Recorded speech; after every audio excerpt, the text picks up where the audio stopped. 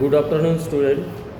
मागील तासामध्ये आपण मध्यम प्रकारची लोकसंख्येची घनता असलेले जे प्रदेश आहेत ते बघितले.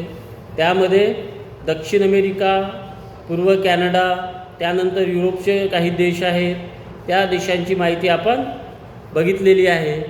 या प्रकारामध्ये साधारणतः दर चौरस किलोमीटरला 20 ते 80 लोकसंख्या असल्याचे आपल्याला पाहायला मिळते. मध्यम घनतेचे जे प्रदेश आहे त्या ठिकाणी साधारणतः 20 ते 80 लोक असल्याचे आपण पाहिलेले आहेत.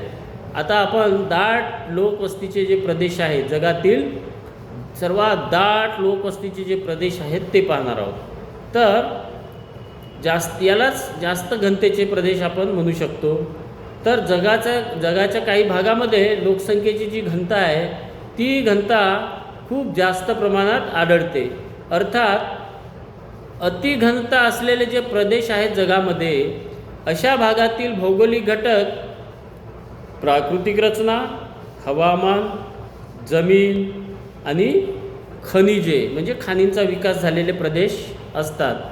आणि ते मानवी जीवनास अनुकूल असल्याने तिथे लोकसंख्येची घनता जास्त आहे. मग जगातील अधिक घनता असलेल्या प्रदेशामध्ये शेतीदृष्ट्या प्रगत प्रदेश, औद्योगिकदृष्ट्या प्रगत प्रदेश अशा 2 भागात विभागणी झाल्याचं आपल्याला पाहायला मिळते. म्हणजे जास्त घनतेचे जे प्रदेश आहेत ते 2 भागामध्ये विभागलेले आहेत. ज्या ठिकाणी औद्योगिक दृष्टिकोनातून विकास झालेला आहे असे घनतेचे प्रदेशांनी शेतीचा फार मोठ्या प्रमाणे विकास झालेला आहे असे शेतीयोग्य प्रदेश.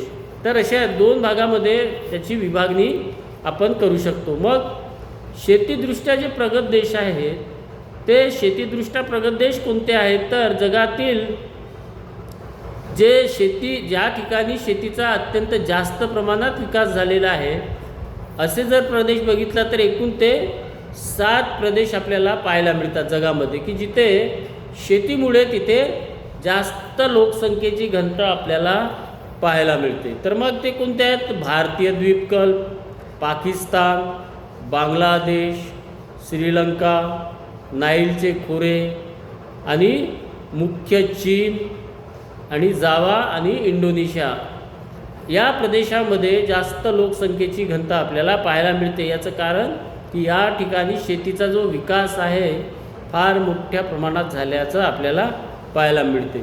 वरील देशात हे जे आपण जे आता 7 प्रदेश बघितले या देशामध्ये शेतीचा विकास झाला असल्याने येथे लोकसंख्येची घनता जास्त आहे.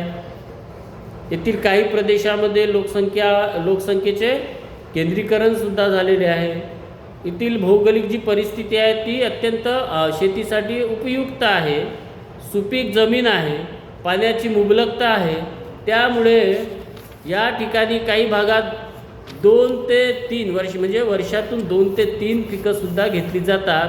शिवाय या प्रदेशात काही भागामध्ये खाणींचा सुद्धा विकास झाल्याचा आपल्याला पाहायला मिळते. मग सपाट जमीन असल्याकारणाने शेतीयोग्य तर आहेच, त्या ठिकाणी कारखान्यांचा सुद्धा विकास झालेला आहे. वाहतुकीची सुविधा उपलब्ध झालेली आहे आणि शेतीतून उत्पन्न होणारा जो कच्चा माल आहे आणि जी काही खनिजे आहेत ही उत्पादने या म्हणजे हवाई वाहतुकीमुळे किंवा तिथे रेल्वे विकास, रस्त्यांचा आणि रेल्वेचा विकास झाल्यामुळे निरनिराळ्या उद्योगांचा या ठिकाणी विकास झाला आहे.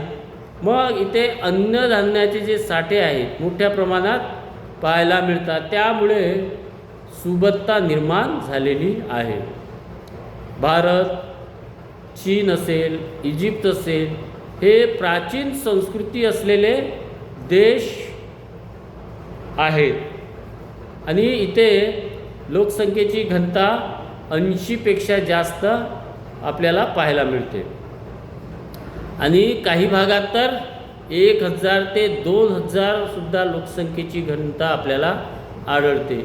यामध्ये प्रामुख्याने इंडोनेशिया आहे किंवा चीनचा जो किनारवर्ती भाग आहे या भागामध्ये 1000 ते 2000 लोकसंख्या असलेली आपल्याला पाहायला मिळते. हे झालं शेतीवर आधारित उद्योग किंवा प्रधान जे देश आहेत तिथली घनता. आता औद्योगिकदृष्ट्या प्रगत जे देश आहेत यामध्ये साधारणतः अमेरिकेचा काही भाग आणि युरोपचा काही भाग हा जो प्रदेश आहे, इथे या ठिकाणी उद्योगांचा जास्तीत जास्त विकास झाल्याचं आपल्याला पाहायला मिळते. मग हे कोणते प्रदेश आहेत तर मग पश्चिम युरोपीय देश, संयुक्त संस्थाने, जपान ह्या देशांमध्ये अत्यंत जास्त लोकसंख्या आढळते. याचं कारण इथे औद्योगिक विकास झाल्याचं आपल्याला पाहायला मिळते. एकूण काय तर शेती आणि औद्योगिकरणाचा जो विकास झालेला आहे ही येथील लोकसंख्येची घनता जास्त असण्याची मुख्य कारणे आहेत. आज आपण इथे थांबू, बाकी नंतरच्या क्लासला घेऊ. Okay, thank you.